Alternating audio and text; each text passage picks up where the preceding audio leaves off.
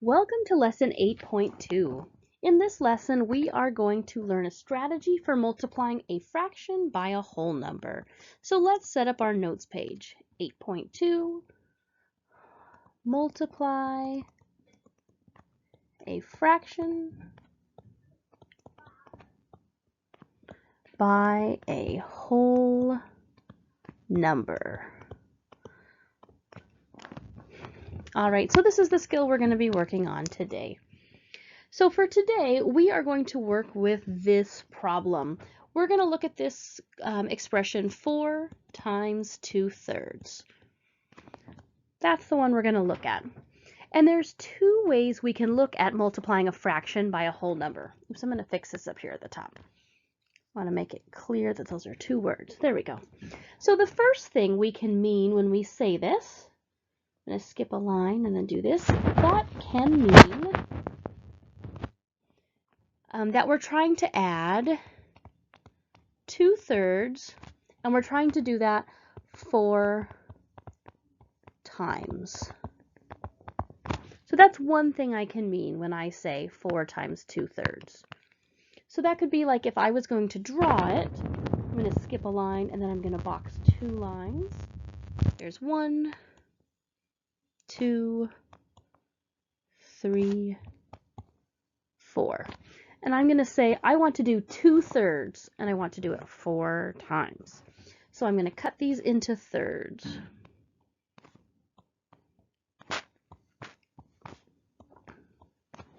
And I'm going to say, okay, I want these 2/3 and these 2/3 and these 2/3 and these 2/3. I want to do 2/3 and I want to do it 4 times.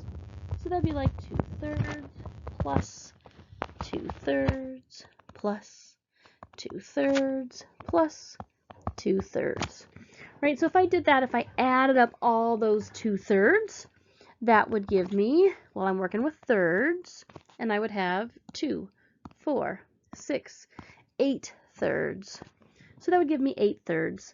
And some of you smart cookies out there recognize that's an improper fraction. So if I did 8/3, I could think of it like 8 divided by 3. That would give me 2, and I'd have 2/3 left over. Sorry, I had to kind of squeeze that in over there. So we can think of it like adding the fraction 2/3 4 times, like repeated addition. So then there's another way we can think about it. We can think about it like this. Oops. We can think about it like if I meant can mean 2/3 of 4. Like I'm trying to take the number 4, but I only want 2/3 of it. Like if I had 4 gallons of paint, but then I only wanted to use 2/3 of it. And the big idea here is whenever I see a fraction of something, that of means I'm multiplying. So I like to write of and then write the times symbol over the top of it. So if I was going to do that, that would be like, I'm going to draw a great big, oops, let me try that again. A great big long box like this, and I'm going to break it into 4. I want it to be 1, this would be like 0, 1, 2, 3, 4. So if I had 4 of something and then I wanted to cut it into 2/3, so I'm going to use a dotted line this time to show that I'm cutting it into thirds. There we go. And I want to take 2/3 of that. I don't want all of it. I want 2/3 of 4. So I'm going to color in 2/3 of that 4.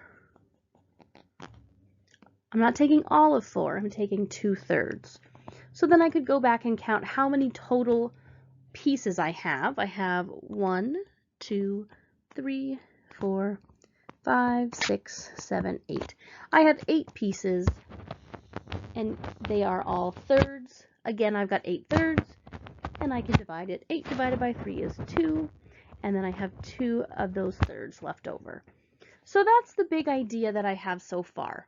When I am multiplying a fraction by a whole number, I'm really either thinking of it like adding 2/3 over and over, or I'm taking that whole number amount and I'm only taking part of it. So that's what I'm doing. Now it's time to think about it like a strategy. So yes, you can choose to draw it out every time and color it and count the pieces. You can totally do that.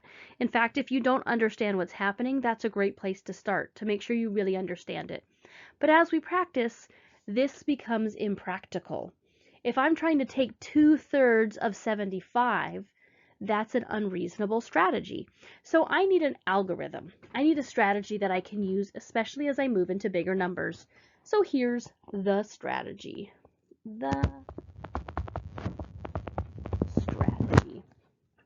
So my strategy, I'm going to use it to solve the same problem. I'm going to say 4 times 2/3. So the first thing that I want to do, I'm going to write it in green. Step 1 is going to be write your whole number as a fraction.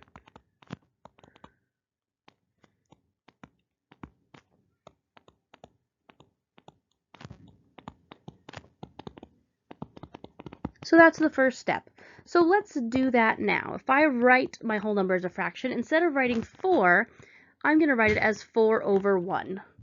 I just took 4 and I wrote it as a fraction. So instead of thinking of it as the whole number 4, I'm thinking of it as the fraction 4 over 1. And then I'm going to write my 2/3. That didn't change. That's step 1. Then I'll draw a line. Step 2 is multiply the numerators. Multiply the numerators. So that's the next step. I'm going to multiply 4 times 2. 4 times 2 is 8. Step 3, I'm going to put down here. Step 3 is multiply the denominators.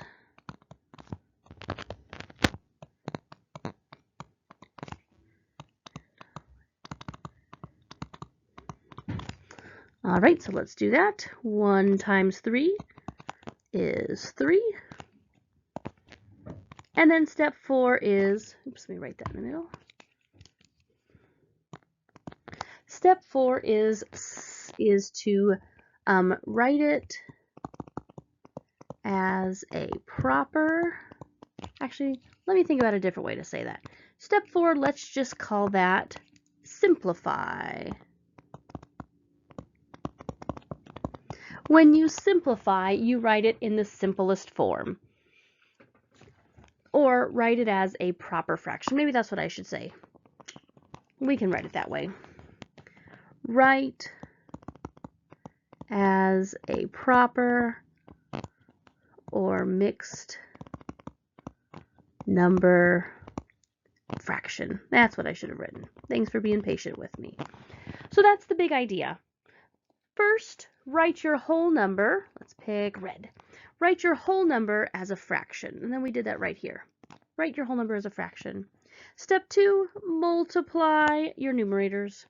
Step 3, multiply your denominators. And then step 4, write as a proper number or mixed fraction. So 8/3 I see as an improper fraction. So I'm going to do 8 divided by 3. That gives me 2, because that would use up 6 of those thirds. And then I've got 2 pieces left over, and they're still thirds. 2 and 2/3. So hopefully you can see what's happening, and we've been exploring this in our groups. Whether you think of it like multiplying the fraction 2/3 and doing 2/3 4 times, or taking 2/3 of the number 4. And then here's the strategy we're going to be practicing in the next video.